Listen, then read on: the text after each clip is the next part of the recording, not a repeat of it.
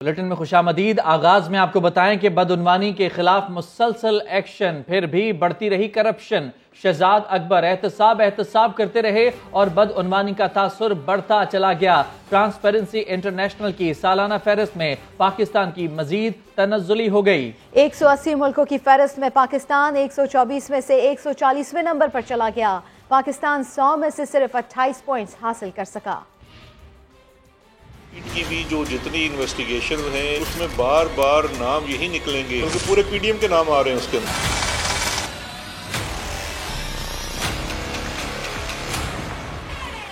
شہزاد اکبر روز آتے، کرپشن کہانیاں سناتے، ریکوری کا یقین دلاتے، لمبی لمبی پریس کانفرنسیں فرماتے، ثبوت کے دستاویزات دکھاتے، مگر پھر کیا ہوا؟ کرپشن کا تاثر مزید بڑھ گیا۔ ٹرانسپیرنسی انٹرنیشنل کے کرپشن پرسپشن انڈیکس 2021 میں پاکستان کا رینک مزید گر گیا۔ 180 ملکوں کی فہرست میں پاکستان 140ویں نمبر پر چلا گیا۔ 100 میں سے صرف 28 پوائنٹس حاصل کر سکا۔ سال 2020 میں پاکستان 124ویں نمبر پر تھا اور 2019 میں یہ نمبر 120 تھا۔ سی پی آئی مختلف اداروں کے جمع کردہ ڈیٹا کی بنیاد پر کرپشن کا تاثر مرتب کرتا ہے اور اس بار شہزاد اکبر کے استعفے نے اس تاثر کو تقویت دی ہے۔ قائد حزب اختلاف شہباز شریف کا کہنا ہے کہ ٹرانسپیرنسی انٹرنیشنل کی رپورٹ فرد جرم ہے۔ مسلسل دوسری بار گواہی آئی ہے کہ حکومت کرپٹ اور چور ہے۔ سینیٹر مصطفیٰ نواز کھوکر کہتے ہیں یہ رپورٹ پی ٹی آئی حکومت کی ناکامی کا ثبوت ہے۔ پنجاب حکومت کے ترجمان حسان خاور نے کہا کرپشن کا تاثر اس لیے بڑھا کیونکہ حکومت کرپشن کیس سامنے لا رہی ہے۔ لوگوں کو پتہ چل رہا ہے کہ ماضی کے حکمرانوں نے کتنی کرپشن کی۔ ٹرانسپیرنسی انٹرنیشنل کی رپورٹ پر شہباز شریف حکومت پر برس پڑے۔ ایک بیان میں کہا کرپشن انڈیکس میں پاکستان کا 16 درجے نیچے جانا افسوسناک ہے۔ کرپٹ حکمران استعفیٰ دیں، ملک ان کی لوٹ مار کا متحمل نہیں ہو سکتا۔ ساری دنیا کہہ رہی ہے کہ پاکستان کا وزیر اعظم چور ہے۔ کرپشن کا شور مچانے والوں کی ہر روز چوریاں پکڑی جا رہی ہیں۔ دوسروں پر الزام لگانے والوں کو عالمی ادارے چور اور کرپٹ قرار دے رہے ہیں۔ پیپلز پارٹی کے سینیٹر مصطفیٰ نواز کھوکر نے کہا رپورٹ سے ثابت ہوتا ہے کہ عمران خان احتساب کا وعدہ پورا نہیں کر سکے۔ اس حکومت کے لیے کہ جو کرپشن کو ایک ایجنڈا بنا کر لے کر آئی تھی اور اس کی ساری سیاست کے تھے ان کے لیے بہت بڑی ناکامی ہے کہ پاکستان اتنے درجے گر گیا ہے ٹرانسپیرنسی انٹرنیشنل کی رپورٹ۔ ترجمان پنجاب حکومت حسان خاور نے کرپشن کا تاثر بڑھنے پر وضاحت پیش کی۔ کرپٹ سیاستدان ایک ملک سے باہر بیٹھا وہ واپس آنے کا نام نہیں لیتا، دوسرا اس بات کا جواب نہیں دیتا کہ میرے چپڑاسیوں اور کلرکوں کے اکاؤنٹ سے نہیں نکل رہا۔ سندھ کے اندر آپ کی 16 ارب کی جو گندم ہے وہ چوہے کھا جاتے ہیں، تو اس ملک میں کرپشن کا تاثر تو بڑھنا ہے۔ شہباز گل نے ٹویٹ میں رپورٹ پر تنقید کی کہ ٹرانسپیرنسی انٹرنیشنل اس وقت اچھی رپورٹ دے رہا تھا جب شہباز شریف کے چپڑاسی کے اکاؤنٹ میں اربوں روپے جمع ہو رہے تھے۔ ٹرانسپیرنسی انٹرنیشنل کی رپورٹ سے تبدیلی سرکار کی حقیقت کھل کر سامنے آ گئی۔ ثابت ہو گیا کہ عمران خان ملک کی تاریخ کے کرپٹ ترین حکمران ہیں۔ لیگی رہنما شاہد خاقان عباسی کی کڑی تنقید، دعویٰ کیا کہ ملک میں مہنگائی کرپشن کی وجہ سے ہے۔ مزید کیا کہا سنتے ہیں۔ 2021 کی رپورٹ شائع ہوئی ہے اور اس کے جو حقائق ہیں اس سے آج کے جو حکمران ہیں، جو پی ٹی آئی کی گورنمنٹ ہے، جو عمران خان وزیر اعظم ہے، اس کی حقیقت سامنے آتی ہے۔ پاکستان کی تاریخ کی کرپٹ ترین حکومت عمران خان کی حکومت ہے۔ یہ ایک قومی سانحہ ہے۔ ملک کے اندر مہنگائی ہے، یہ اسی کرپشن کی وجہ سے ہے۔ ریور راوی اربن پروجیکٹ خلاف قانون ہے۔ لاہور ہائی کورٹ نے ترقیاتی کام روکنے اور روڈا اتھارٹی کو حکومت پنجاب سے لیا گیا قرض واپس کرنے کا حکم دے دیا۔ لاہور سے ارشد علی کی رپورٹ۔ لاہور ہائی کورٹ نے ریور راوی پروجیکٹ کالعدم قرار دے دیا۔ 1,07,000 ایکڑ زرعی زمین ایکوائر کرنے کا نوٹیفیکیشن کالعدم قرار دیا۔ مزید جانتے ہیں، سما کے نمائندے ارشد علی ہمارے ساتھ موجود ہیں۔ ارشد بتائیے اس فیصلے کے حوالے سے مزید کیا تفصیلات ہیں؟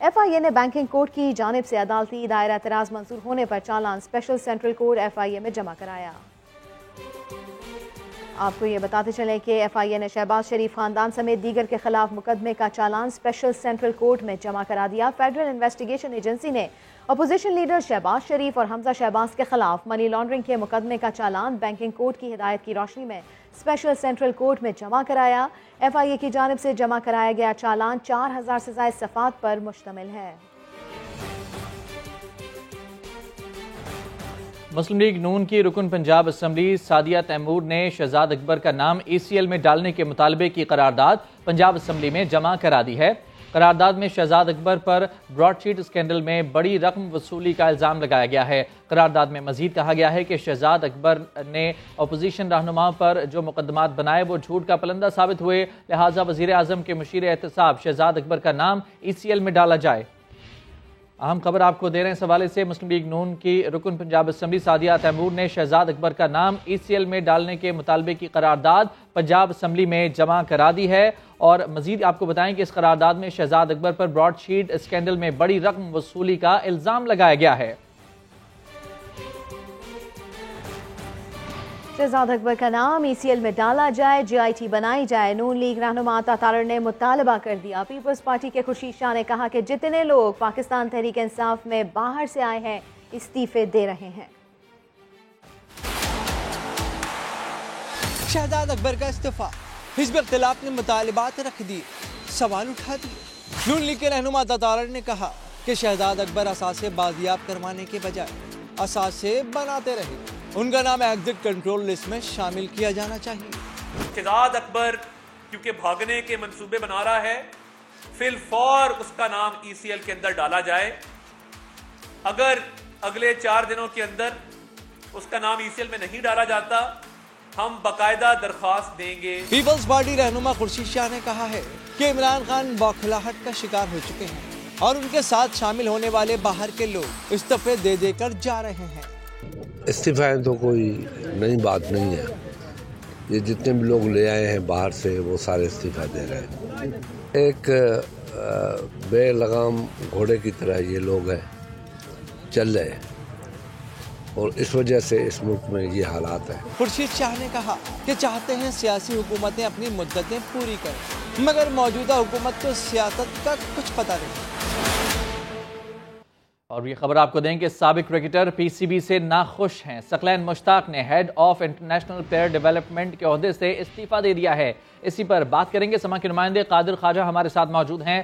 قادر بتائیے کیا وجوہات ہیں، کن تحفظات کا اظہار کیا جا رہا ہے ثقلین مشتاق کی جانب سے؟ جی بالکل، Saqlain Mushtaq national high performance centre میں head of international player development کے عہدے پر تعینات تھے، اور عبوری ہیڈ کوچ کا عہدہ بھی ان کو دیا گیا تھا ورلڈ کپ T20 میں۔ اس کے بعد کافی اچھی میٹنگ بھی رہی تھی chairman Pakistan cricket board Ramiz Raja سے، لیکن ثقلین مشتاق نے head of international player development سے استعفیٰ دیا ہے، اور سابق ٹیسٹ جلد پریس کانفرنس کر کے استعفے کا اعلان بھی کریں گے، جبکہ مایا ناز اسپنر جو ہے وہ پاکستان کرکٹ بورڈ کے رویے سے نالاں تھے، اور سابق ٹیسٹ کرکٹر نے دبے لفظوں میں PCB کو اپنے تحفظات سے بھی آگاہ کیا ہے۔ ان کو پاکستان کرکٹ بورڈ جو ہے وہ نیشنل ہائی پرفارمنس سینٹر کا کوچ بنانا چاہتے تھے، لیکن ان کے مالی معاملات جو ہے وہ طے نہیں پائے، اور اس کی وجہ سے ثقلین مشتاق کافی ناراض ہیں پاکستان کرکٹ بورڈ انتظامیہ کی طرف سے، اور انہوں نے اپنے تحفظات جو ہے پاکستان کرکٹ بورڈ نے ثقلین مشتاق کے تحفظات دور نہیں کیے، جس کے بعد استعفے کا فیصلہ کیا گیا۔ بہت شکریہ آپ کا تفصیلات کے لیے قادر۔ نواز شریف اور مولانا فضل الرحمان نے عوام کو حکومت سے نجات دلانے کے لیے تحریک تیز کرنے پر اتفاق کر لیا۔ مسلم لیگ نون کے قائد اور PTM سربراہ نے ٹیلی فون پر ملک کی سیاسی صورتحال، حکومت کے خلاف لانگ مارچ اور ان ہاؤس تبدیلی سمیت مختلف امور پر مشاورت کی۔ مولانا فضل الرحمان نے PTM سربراہی اجلاس کے ایجنڈے کے حوالے سے نواز شریف کو اعتماد میں لیا تو میاں نواز شریف نے فیصلوں کی مکمل حمایت کی یقین دہانی کروا دی۔ مولانا فضل الرحمان کا کہنا تھا کہ عوام کے لیے ناکام حکومت اب مزید قابل برداشت نہیں رہی۔ حکومت کے خلاف تحریک کی حکمت عملی طے کرنے کے لیے اپوزیشن جماعتوں کے اتحاد PDM کا سربراہی اجلاس آج اسلام آباد میں ہو رہا ہے۔ اجلاس کی صدارت PDM سربراہ مولانا فضل الرحمان کریں گے۔ اجلاس میں اسٹیئرنگ کمیٹی کی جانب سے پیش کردہ تجاویز کا جائزہ لیا جائے گا اور حتمی منظوری بھی دی جائے گی۔ اسٹیئرنگ کمیٹی پہلے ہی PDM کے 23 مارچ کے لانگ مارچ کی تاریخ نہ بدلنے کی سفارش کر چکی ہے۔ اجلاس میں مسلم لیگ نون کے قائد نواز شریف لندن سے ویڈیو لنک کے ذریعے شرکت کریں گے۔ سابق وزیر اعظم یوسف رضا گیلانی کہتے ہیں دراڑیں اپوزیشن میں نہیں حکمراں جماعت اور اتحادیوں میں ہیں. ان کے ووٹ کے بغیر میں کس طرح سینٹ الیکشن جیت سکتا تھا. یوسف رضا گیلانی کا کہنا ہے کہ ان ہاؤس تبدیلی پر بات ہو سکتی ہے لیکن کسی کو غیر آئینی اور غیر جمہوری طریقے سے گھر نہیں بھیجنا چاہتے. سینٹ میں اپوزیشن لیڈر سید یوسف رضا گیلانی نے سما ملتان کے بیورو چیف عامر اقبال سے خصوصی گفتگو کی ہے. آئیے سن لیتے ہیں. جو 27 فیبرری کو لانگ مارچ کا ہم نے ڈیسیژن لیا ہے وہ بڑا سوچ سمجھ کے ہم نے لیا ہے. لوگوں کو گیئر اپ کر رہے ہیں فار دی لانگ مارچ. اس کا مقصد یہ ہے کہ ہم ڈیموکریٹک طریقے کے ساتھ ہم کر رہے ہیں. پرامن ہوگا, ڈیموکریٹک طریقے کے ساتھ ہوگا اور ہم جو بھی حکومت کو ہٹانے کا طریقہ کار ہوگا وہ عین جمہوری ہوگا. اپوزیشن کو دھمکی دے نہیں سکتے کیونکہ ہم تو یہ بازو ہمارے آزمائے ہوئے ہیں اور ہم لانگ مارچ بھی ان کے خلاف کر رہے ہیں اور ہم نے سینٹ میں بھی ان کے حلقے سے کانسٹیٹوئنسی سے میں سینیٹر منتخب ہو کر آیا ہوں. مجھے سمجھ نہیں آ رہی کہ ان کو کس چیز پہ اتنا غصہ اب آ رہا ہے. تو میرا خیال ہے اب تو وہ الیکشن کی تیاری کریں. ابھی تک تو ہمیں یہ خیال ہے کہ ابھی زیادہ خطرناک ہیں. دراڑیں جو ہیں وہ ان کی جماعت میں ہو سکتی ہیں کہ چونکہ یہ جو خیر سگالی کا کوئی اگر خط لکھنا تھا تو وہ خود چیئرمین کو لکھتے. چیئرمین پیپلز پارٹی کو, چیئرمین پی ٹی آئی کو لکھنا چاہیے تھا. تو اگر دراڑیں ہیں تو اس قسم کی بات ہو رہی ہے. وہ تو کسی سے بات کرنے کے لیے تیار بھی نہیں ہے. مجھے اگر 169 ووٹس ملے تھے اور 3 ووٹس میرے ریجیکٹ بھی ہوئے تھے اور سینٹ میں پہلی دفعہ کوئی حکومت سے ہٹ کر کسی نے انتخاب جیتا ہو, کیونکہ جس کی حکومت ہوتی ہے وہی انتخاب جیتتا ہے. جب پی ڈی ایم انٹیکٹ تھی اور ہم نے مل کر جدوجہد کی تو اس میں آپ نے دیکھا ہوگا کہ ہم نے بہت فتوحات حاصل کی. اس صدارتی نظام کا تو ابھی کوئی بات ہوئی نہیں ہے تو اس لیے it is a cart before the horse. ہاں, ان ہاؤس کی جو بات ہے اس پہ اگر ہمارا میرا خیال ہے کنسنسس ہو سکتا ہے. پاکستان سپر لیگ سیزن 7 کے آغاز سے پہلے ہی کرونا وائرس سے متاثر ہونے لگی. پشاور زلمی کے کپتان وہاب ریاض بیٹسمین حیدر علی کا کرونا ٹیسٹ مثبت آ گیا. کراچی کنگز کے ڈائریکٹر کرکٹ وسیم اکرم بھی کرونا سے متاثر ہوئے. وسیم اکرم کا لیجنڈز لیگ سے واپسی پر لیا گیا کرونا ٹیسٹ مثبت آیا. زلمی کے کامران اکمل اور کنگز کے ارشد اقبال پہلے ہی کرونا میں مبتلا ہو چکے ہیں. پاکستان سپر لیگ سیزن 7 شروع ہونے میں 2 روز باقی ہے. بڑے ایونٹ سے قبل ٹیموں کی بڑی تیاریاں بھی جاری ہیں. کراچی کنگز اور اسلام آباد یونائٹڈ پریکٹس میچ میں آمنے سامنے آ گئے. مزید بتا رہے ہیں سما کے نمائندے حذیفہ خان. جی, پی ایس ایل کے آغاز میں اب صرف 2 روز رہ گئے ہیں اور آج جو ہے وہ ٹریننگ کا دوسرا روز ہے. آج ٹریننگ کے بجائے کھلاڑیوں کو جو ہے وہ میچ کھلایا جا رہا ہے, پریکٹس میچ, جس میں کراچی کنگز اور اسلام آباد یونائٹڈ کی ٹیمیں آمنے سامنے. اس وقت میرے کیمرامین کامران آپ کو دکھائیں گے کہ بابر اعظم ایک طرف ہیں اور دوسری طرف شاداب خان, حسن علی موجود ہیں. انٹرنیشنل کھلاڑیوں نے بھی ٹیم کو جوائن کر لیا ہے. لوئس گیگری بھی اس وقت پریکٹس کر رہے ہیں. محمد عامر بھی یہاں پہ پریکٹس کرتے ہوئے دکھائی دیں گے. تو اب سے کچھ دیر بعد یہاں پہ پریکٹس میچ ان دونوں ٹیموں کے درمیان کیا جائے گا, جبکہ آج شام جو ہے وہ ملتان سلطان کا بھی پریکٹس میچ ہے اور کوئٹہ گلیڈیٹرز بھی اپنی تیاریاں جو ہے وہ آج جاری رکھے گی. تو تمام تر تیاریاں جو ہے وہ میچز کے حوالے سے تو جاری ہیں, بس کھلاڑیوں نے اپنی تیاری کو حتمی شکل دینا ہے. اور 27 جنوری کو یہاں پہلا میچ ہوگا جس میں ملتان سلطان اور کراچی کنگز جو ہے وہ مد مقابل آئے گی. جی, تفصیلات کے لیے آپ کا بہت شکریہ. I C C T20 player of the year کا ایوارڈ لینے والے وکٹ کیپر بلے باز محمد رضوان کا سما کو خصوصی انٹرویو. کہتے ہیں کہ بابر اعظم کی کپتانی میں جلد دنیا کی نمبر 1 ٹیم بنیں گے. بابر کے ہوتے ہوئے کپتانی کا سوچ بھی نہیں سکتا. سیاست میں آنے کے سوال پر ہاتھ جوڑ لیے, کہنے لگے اللہ بچائے سیاست سے. دبے لفظوں میں سابق کوچ مکی آرتھر سے شکوہ بھی کر ڈالا. اور اب فٹ بال لورز کے لیے اچھی خبر. انگلینڈ کے معروف footballer Michael Owen Pakistan پہنچ گئے. کل کراچی میں فٹ بال گراؤنڈ کا سنگ بنیاد رکھیں گے. ٹرانسپیرنسی انٹرنیشنل کے سروے کا طریقہ کتنا مستند, پاکستان کتنا کرپٹ ملک ہے, فیصلہ 1600 لوگوں نے کیا. 4 صوبوں کے 400 لوگوں نے پورے ملک کو کرپٹ قرار دیا. رپورٹ میں آزاد کشمیر اور گلگت بلتستان کے لوگوں کی رائے شامل ہی نہیں. اسی کے اوپر بات کر لیتے ہیں نمائندہ خصوصی عباس شبیر سے. عباس, آگاہ کیجیے اس بارے میں. دیکھیں, ٹرانسپیرنسی انٹرنیشنل کی رپورٹ جو جاری کی گئی ہے جس میں پاکستان کی کرپشن کے حوالے سے پاکستان کو کرپٹ ملک جو انہوں نے اپنے طور پہ نمبرنگ دی ہے,